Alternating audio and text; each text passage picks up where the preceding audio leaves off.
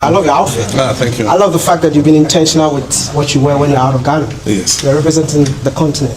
Yeah, and also boosting the garment industry in my country. This is weather friendly for our temperature. It's comfortable, easy to wear. And I only wear suits for some official occasions, but otherwise, every day at work, I feel more comfortable in this attire, or else then for some official appointments you have to wear a traditional attire. Your speech at the UN General Assembly was brilliant. The future of the world is African. Can you tell us more about that? Because a lot of Africans felt like Nkrumah is back again. Well, when you speak from the heart, that's how it comes across. And so you need to put your thoughts into your speech and own the speech, and that is what I did.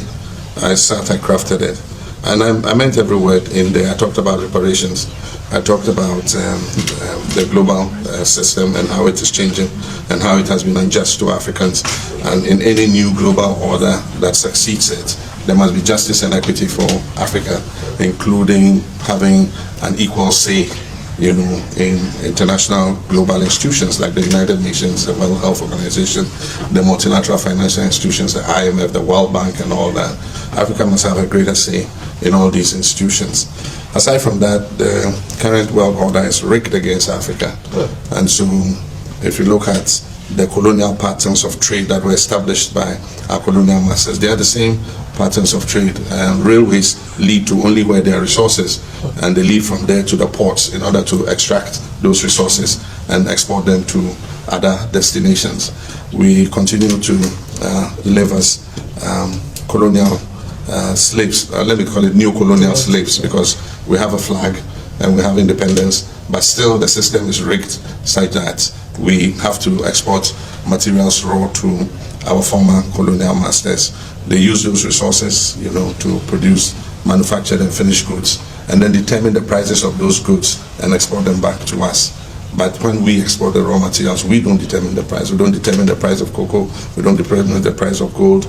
Cocoa doesn't grow in Europe, and yet Europe determines how much cocoa should be purchased for. And so these are all the kinds of things that we need to look at. Does it mean that we are not fully independent, like what you're just saying? Yeah, Nkrumah said it. After we gained independence, he said we're moving from the era of colonialism to the era of new colonialism. It will take time to reform the system. For instance, we've passed the African Continental Free Trade Area. Yeah.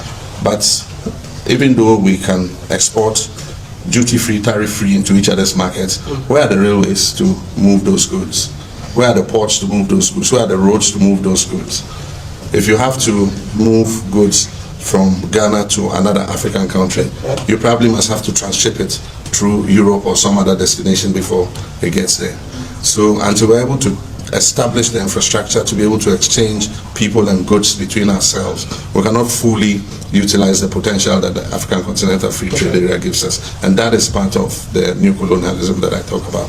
I'm hoping that one day Africa will be borderless, and I think it has to start from Ghana, because this is the campaign that I've been on for quite some time now. I'm hoping that one day West Africa has been borderless for a long time. We signed the protocol on free movement of people decades ago. And so West Africans are able to move to each other's countries 90-day visa free. Yeah. And I don't see what the big deal in extending it to the rest of Africa is. And that's why I was one of the first presidents when I came back from the AU conference in Kigali, and we're not able to move the free movement of people. I came and passed, the regulation that allowed any African passport holder to be able to receive visa on arrival when they come to our airport. And it didn't bring the sky down. There was not an immediate movement of people from all over Africa coming to crowd into our country. But it made it easier for business people, for other Africans who want to come as tourists to our country to be able to do so. Welcome to China. They will say, Zhongguo, Huanying Lai Dao Zhongguo. Mr. President, I wish I could speak it as well as you. Zhongguo, China. Zhongguo. Yeah, Zhongguo. Yeah, Huanying Lai Dao Zhongguo. Huanying Lai Dao Zhongguo. Yeah, that's it. That's a good one. You tend to come to Africa, Asia, China, and the likes. Okay. Take it from there. Yeah, I want to know why China this time around. Yeah. I was honored to be invited by President Xi Jinping as the only African president to be invited to the Global Leaders Conference on Women. There was also the Prime Minister from Mozambique. Yeah, but at the level of president, I was the one who was selected to come, and that was an honor for me. But it also gave us the opportunity to thank China for the role they played in Ghana's debt restructuring. China is a co-chairman of our bilateral creditor committee, and I know the role that China played to get us a negotiated deal in the G20 debt treatment framework, especially in the negotiations with the bilateral creditors. And so it gave us an opportunity to express our appreciation to him. Indeed, Ghana got its approval in record time, the fastest that has ever happened. And so it opens the way for other countries that are debt distressed to have the same.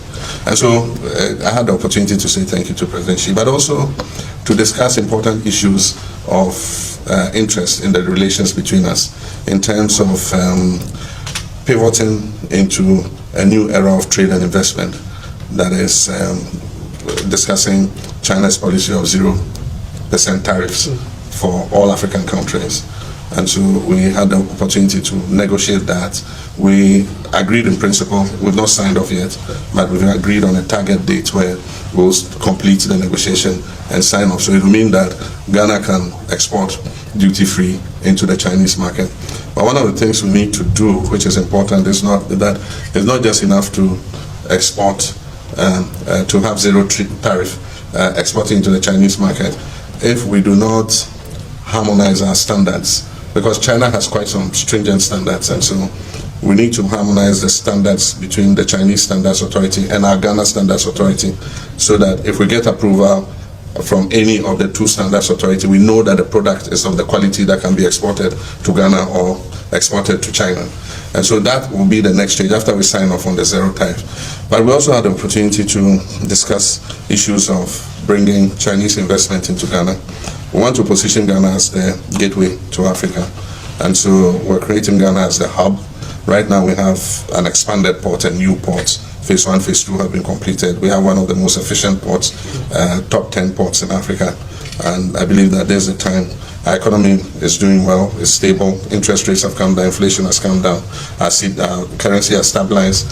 So there's a time to attract Chinese investors, indeed Asian investors and investors from other locations to come and create Ghana as their hub for manufacture and exporting to other African countries and to the rest of the world. Excellency. Thank you. All right. Thank you.